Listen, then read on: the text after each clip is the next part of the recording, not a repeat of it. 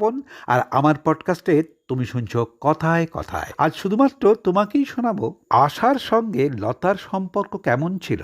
আশা আর লতা পরস্পরের শত্রু ছিলেন? আশাকে শেষ করে দিতে চেয়েছিলেন লতা, নাকি লতাকেই শেষ করে দিতে চেয়েছিলেন আশা? বিশ্ববিখ্যাত দুই বোনের সম্পর্কটা আসলে কেমন ছিল সেটা জানতে সাবস্ক্রাইব করে বেল আইকনটা প্রেস করে অল করে দিও বন্ধু। কথাই বলে না, টাকার থেকে টাকার সুদের দাম বেশি, কাজের থেকে অকাজের দিকেই নজর বেশি। আর সেই নজরটা যদি কোনো গণ্যমান্য ব্যক্তির দিকে হয়, তাহলে তো সোনায় সোহাগা। মানে এই সব ব্যক্তি কোন কাজের জন্য বিখ্যাত, কি কি স্বীকৃতি পেয়েছেন, সমাজের প্রতি তার অবদান কি, এসব কিন্তু নয়। তিনি কজনের প্রেমে পড়েছেন, কটা বিয়ে করেছেন, কজনের সঙ্গে পরকীয়া করেছেন, কাকে কিভাবে টেনে ধরে তার জীবনের 12টা বাজিয়ে দিয়ে নিজের আখেরটা গুছিয়ে নিয়েছেন, এসব রসালো খবরের দিকেই নজর বেশি।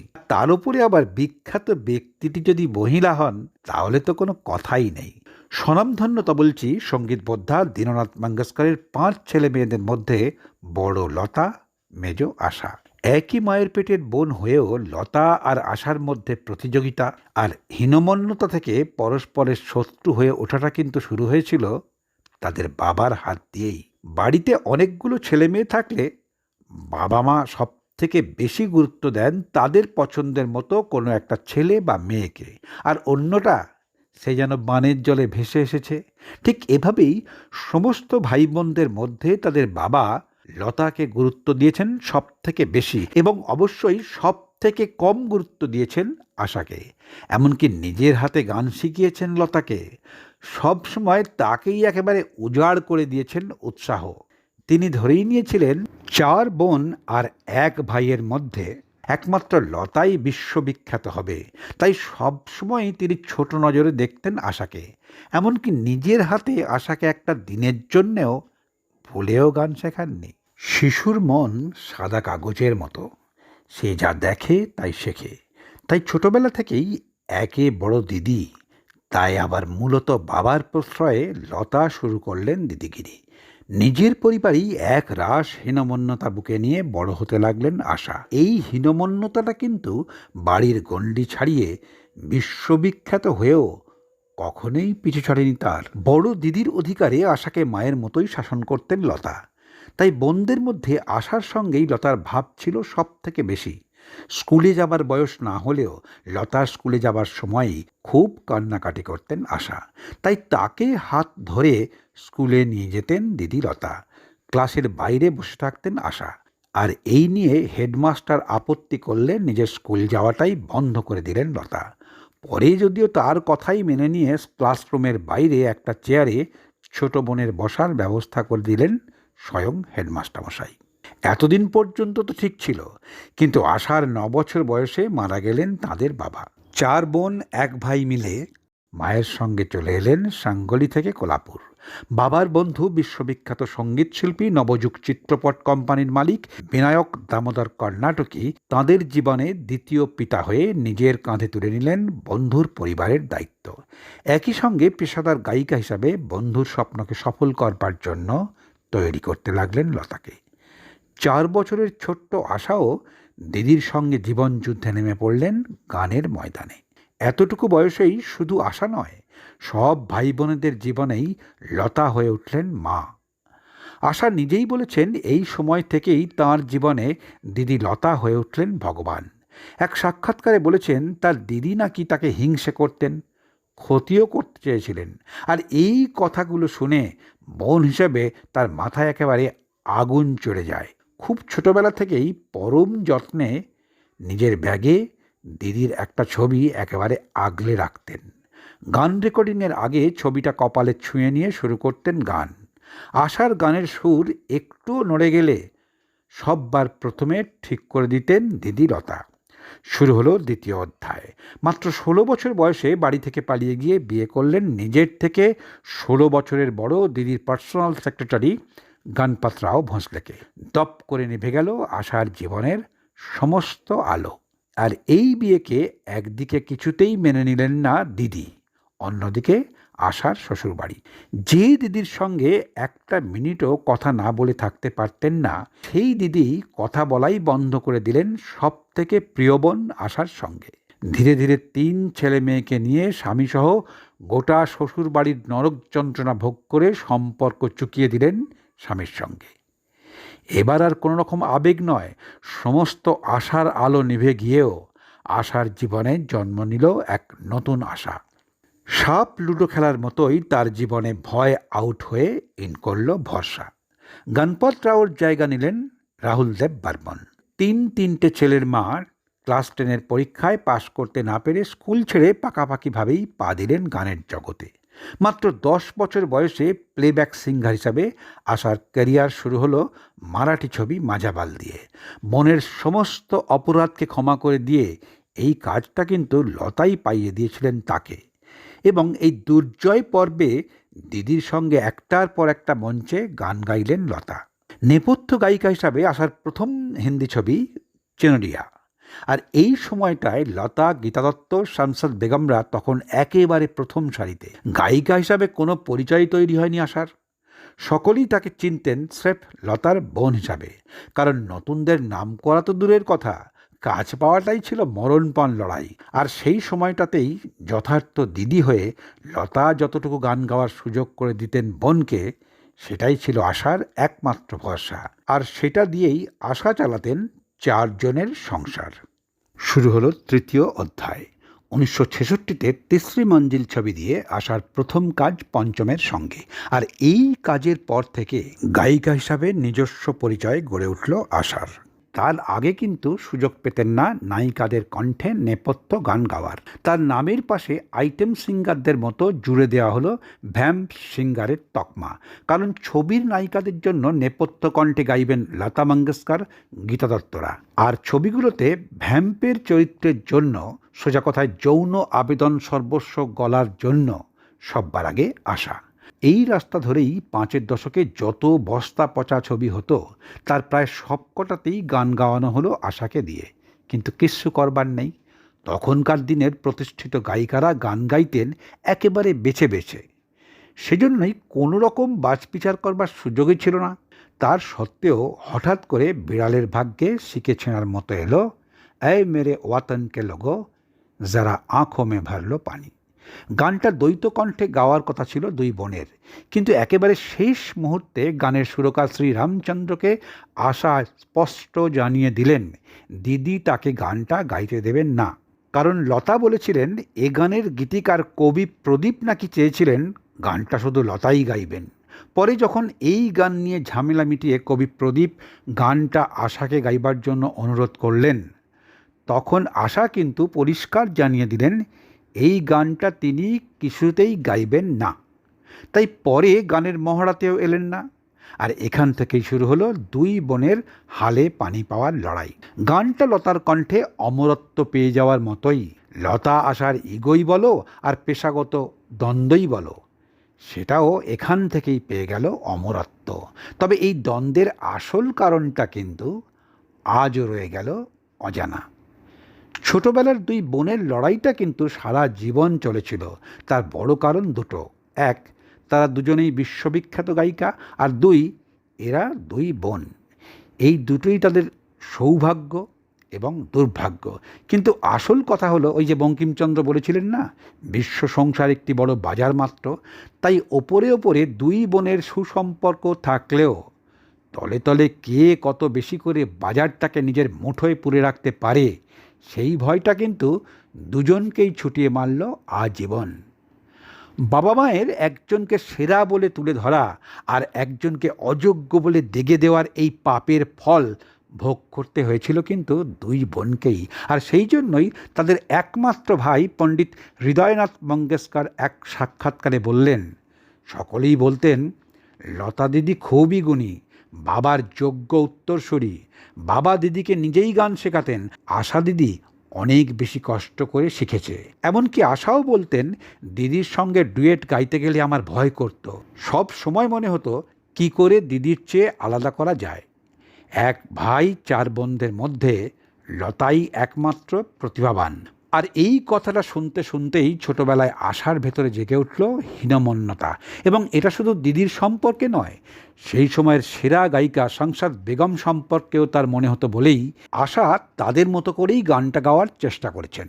কারণ আশা ছোট থেকেই মরিয়া হয়ে একটা রাস্তা খুঁজে বার করবার চেষ্টা করছিলেন, আর সেই রাস্তাটা হলো দিদির থেকে আলাদা হয়ে ওঠার রাস্তা। অন্যদিকে দিদি হিসাবে লতাও ভেবে রেখেছিলেন তার বোন গায়িকা হিসাবে নিজের পায়ে দাঁড়িয়ে হাল ধরুক সংসারের। কিন্তু 15 বছর বয়সে আশার বাড়ি থেকে পালিয়ে দিদির আত্মসহায়ক গণপত রাওকে বিয়ে করাটা সাংঘাতিক ধাক্কা দিল লতাকে। তবে সব কিছু স্বাভাবিক হয়ে দুই বোন পরস্পরের কাছাকাছি এলেও স্বামীর ভয়ে স্টুডিওতে আসা কথাই বলতে পারতেন না দিদির সঙ্গে। তারপরেও নিজের স্ত্রীকে সেঁকে দিয়েও স্বামী গণপত রাওয়ের আশ কিন্তু মিটল না বলেই লতার অজান্তে বন্ধ করে দিলেন লতার সঙ্গে আশার মেলামেশা। ছোটবেলায় দুই বোনের বাবার মতোই বড়বেলায় দুই বোনের লড়াইয়ের জ্বলন্ত আগুনে টাটকা ঘি ছিটিয়ে দিলেন গণপত রাও। এবং অবশ্যই লতা আশার সম্পর্কটাকে বিষিয়ে দেওয়ার জন্যই দুই বোনের বাবার থেকেও বেশি কিন্তু দায়ী তিনি। পরিবারের মধ্যে লতার জীবনকে সামনের দিকে এগিয়ে যাওয়ার প্রথম পুরুষ যেমন বাবা, ঠিক তেমনি পরিবারের বাইরে আশাকে সামনের দিকে এগিয়ে দেবার ক্ষেত্রে তার জীবনে প্রথম পুরুষ রাহুল দেব বর্মন, আর দ্বিতীয় পুরুষ অবশ্যই ওপি নায়ার। তিনি প্রথম আবিষ্কার করলেন তার সুর দেওয়া গানে যে দুষ্টুমি, নাটকীয়তা, রোম্যান্স, চটুল আবেদন ছিল, সেটা তিনি চাহিদা অনুযায়ী বিক্রয়যোগ্য পণ্য মানে সেলেবল 1 নম্বর মাল হিসাবে খুঁজে পেলেন আশার গলায়। আশার এই গুণটা খুঁজে পেয়েই তিনি পাগল হলেন আশার প্রেমে। বুঝতে পারলেন আশার মধ্যে প্রতিভা আছে, জ্বলন্ত আগুন আছে, 24 ঘন্টা নিজেকে নিংড়ে দেওয়ার ক্ষমতা আছে। শুধুমাত্র আত্মবিশ্বাসের অভাব কিছুতেই আশাকে ছুঁতে দিচ্ছে না তার সাফল্যের চূড়া। আর এই আবিষ্কারটাই হলো আশার জীবনে বয় আউট বর্ষা ইন। রথ দেখা আর কলা বেচা দুজনে হাত ধরাধরি করে শুরু করলো নতুন রাস্তায় হাঁটা। হাওড়া ব্রিজ, কাশ্মীরি কলির মতো একটার পর একটা গান গাইয়ে একটা নতুন পরিচিতি তৈরি করে দিলেন আশার। লতা হয়ে উঠলেন মেলোডি কুইন, আর আশা হয়ে উঠলেন দুষ্টু মিষ্টি এবং লাস্যময়ী নায়িকার অদ্বিতীয় কণ্ঠ। ব্যাস, এতদিনে জোরো কা ঝটকা জোর সে লাগা, জমে গেল খেলা। জোরদার হয়ে উঠল আশা লতার লড়াই। দুই বোনের লড়াই করতে করতেই একসঙ্গে গেয়ে ফেললেন 80টার বেশি ডুয়েট গান। ভাবো, এই যে দুই বোনের ঝগড়া, ঝামেলা, প্রতিযোগিতা, এটা আসলে স্রেফ পেশা ছাড়া আর কিছুই নয়।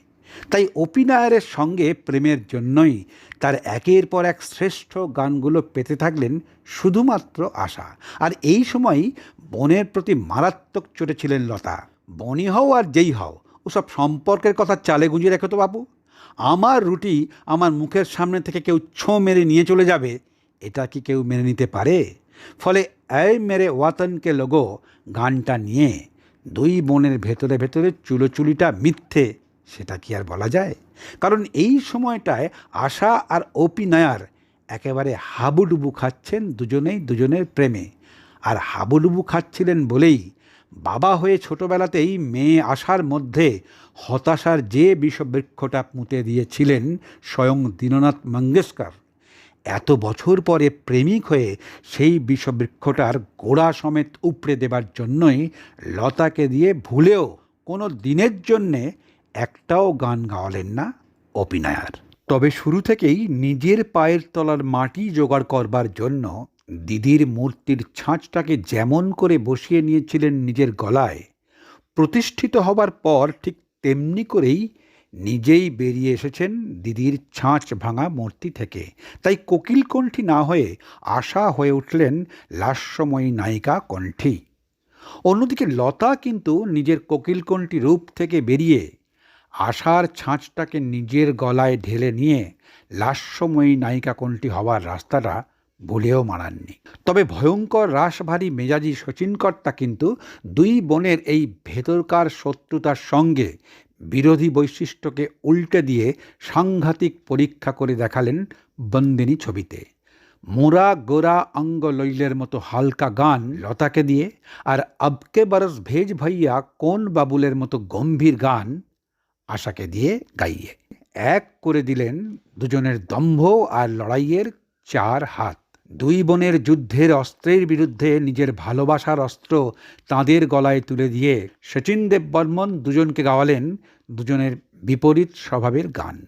আশা আর লতা দুজনেই গানের ব্যবসাটা কিন্তু খুব ভালো বুঝলেও তাদের দুজনের মধ্যে সব সময় কাজ করত পরিবার। তাই স্বামী গণপতরাও ছেলে মেয়েদের শাসন করতে গিয়ে তাদেরকে থাপ্পড় মারার সঙ্গে সঙ্গেই আশা সিদ্ধান্ত নিলেন স্বামীর সঙ্গে সম্পর্কটা শেষ করে দেবেন। এদিকে গণপত রাওর সঙ্গে বিবাহ বিচ্ছেদের আগেই আশা কিন্তু সব ভাই বোনদের সঙ্গে স্বাভাবিক করে নিয়েছেন নিজের সম্পর্কটা। অন্যদিকে ওপি নায়ার বহুদিন লতা আর আশার মধ্যে অশান্তির আগুনটা কিন্তু জ্বালিয়ে রাখবার জন্য দিনের পর দিন বুনে চলেছেন, বিছিয়ে রেখেছেন নিত্য নতুন ফন্দি ফিকিরের জাল। অন্যদিকে আশার সঙ্গে আর.ডি. বর্মনের প্রেমের চর্চা যখন শুরু, ঠিক সেই সময় ওপি নায়ার আরও একটা সাংঘাতিক সাক্ষাৎকারে গরম কড়ায় আচমকা ঠান্ডা জল ঢেলে দিয়ে বললেন, যতই আশা আর.ডিকে বিয়ে করুন, নিজের শ্রেষ্ঠ কম্পোজিশনগুলো আর.ডি কিন্তু লতাকে দিয়েই গাইয়েছেন। তবে আর একটা কথা বলি বন্ধু, আশা লতার এই লড়াইটা কিন্তু তাদের গানের জীবনটাকে প্রতি মুহূর্তে ধাক্কা দিতে দিতে সামনের দিকেই এগিয়ে নিয়ে গেছে। ব্যক্তিগত জীবনে দুই বোনের মধ্যে সম্পর্কটা অটুট ছিল বলেই একটা সময়ের পরে অন্য কারোর ফ্ল্যাটে নয়, দিদির পাশের ফ্ল্যাটে গিয়েই উঠলেন আশা। এমনকি দুজনের ফ্ল্যাটের মাঝখানে একটা দরজাও রাখলেন যাতে চট করে দিদির ঘরে চলে যেতে পারেন যে কোনো কারণে। কিন্তু দুই বোনেই স্বীকার করেছেন তারা দুজনেই দুজনের সাংঘাতিক প্রতিদ্বন্দ্বী। অন্যদিকে গণপত রাওর সঙ্গে আশার প্রেমের কথা জানাজানি হয়ে যাবার পরেই আশাকে লতা মেরেছেন পর্যন্ত। এটা নিয়ে অত্যন্ত দুঃখ ছিল আশার। তবে দিদি হয়ে বোনের গায়ে হাত দিয়েছেন ঠিকই, কিন্তু যখন বুঝে গেলেন বোন তাকেও বিট দিয়ে দেবেন, তখন কিন্তু অত্যন্ত চতুরভাবে স্রেফ কেরিয়ারের জন্যই আশার মাথা থেকে চুপি চুপি সরিয়ে নিলেন আশীর্বাদের হাত। যাই হোক, যে যত বড় অপরাধী করুক না কেন, একটা বয়সের পরে অনুশোচনা তার হবেই। যে মানুষ বাইরের লোকের সামান্য ভুল বা অন্যায়কে সহ্য করতে না পেরে সামান্য একটা কারণে এক নিমেষে চিরকালের সেরা বন্ধু বা বাইরের লোকের সঙ্গে, বাইরের সেরা মানুষটার সঙ্গে যাবতীয় সম্পর্ক শেষ করে দিলেও জীবনের সমস্ত লেনদেন ভুলে পরিবারের মানুষ হাজার অপরাধ করলেও সেই লোকটাই কিন্তু ফিরে যান স্রেফ নিজের পরিবারের কাছে। পরিবারের কাছেই নিজের অজান্তেই স্বীকার করে নেন নিজের ভুল। তাই একটা সময়ের পরে লতা বলেছেন আশার গাওয়া অনেক গান তিনি গাইতে পারতেন না।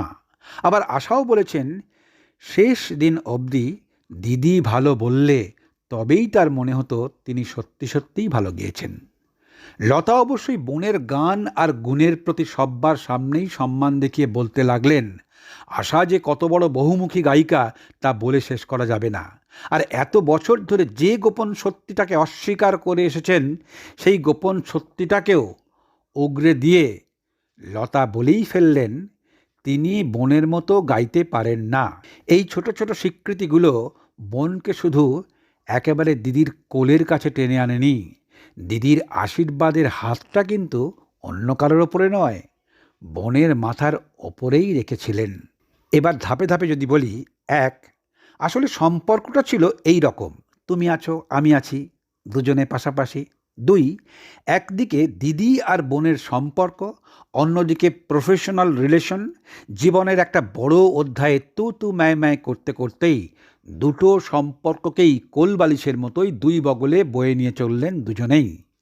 তিন, দুই বোনের শত্রুতায় শুধুমাত্র তারাই দায়ী ছিলেন না, লতার অফিসে নিজের চাকরিটাকে টিকিয়ে রাখতে নিজের মালকিন লতার কাছ থেকে নিজের প্রাক্তন স্ত্রী আশাকে দূরে সরিয়ে রেখেছিলেন গণপত রাও।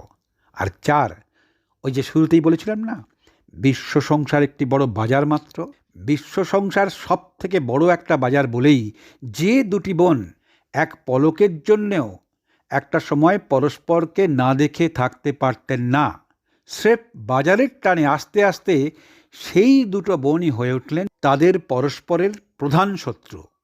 তাই নিজের চারপাশের সবাইকে অন্ধকারে ঠেলে দিয়ে নিজেদেরকে ১ নম্বর করবার চেষ্টা, সেরা বিক্রয়যোগ্য পণ্য বা মাল বা বেস্ট কোয়ালিটি প্রোডাক্ট হিসেবে তৈরি করবার চেষ্টাটাই ছিল শিল্পটা আসলে ভেক।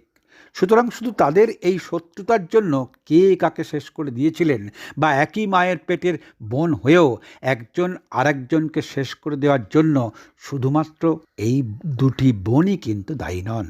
তার জন্য দায়ী অবশ্যই তাদের জন্মদাতার পিতা থেকে শুরু করে ভায়া গণপতরাও, ওপি নায়ার হয়ে রাহুল দেব বর্মন পর্যন্ত একের পর এক সবাই।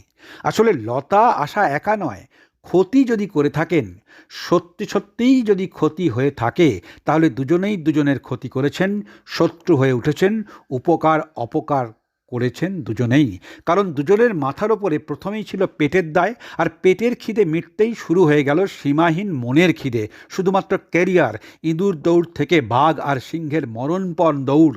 আসলে ভালো ক্যারিয়ার মানেই বাজারের কাছে তুমি দামি একটা মাল বা পণ্য, বেস্ট কোয়ালিটির সেলেবল প্রোডাক্ট। আর সেই জন্যই রবীন্দ্রনাথ তার রথের রশি নাটকে অনেক আগেই বলে গিয়েছেন, কলিযুগে না চলে শাস্ত্র, না চলে শস্ত্র, চলে কেবল স্বর্ণচক্র। আসলে পৃথিবীটা টাকার বশ। যা হোক, সব কিছুর পরেও নিজেদের গুণেই লতা আর আশা আমাদের কাছে অবশ্যই নমস্য হয়ে আছেন, নমস্য হয়ে ছিলেন এবং নমস্য হয়ে থাকবেন।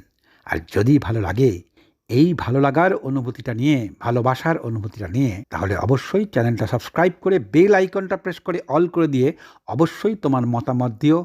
সবার আগে তুমি ভালো থেকো বন্ধু। টাটা।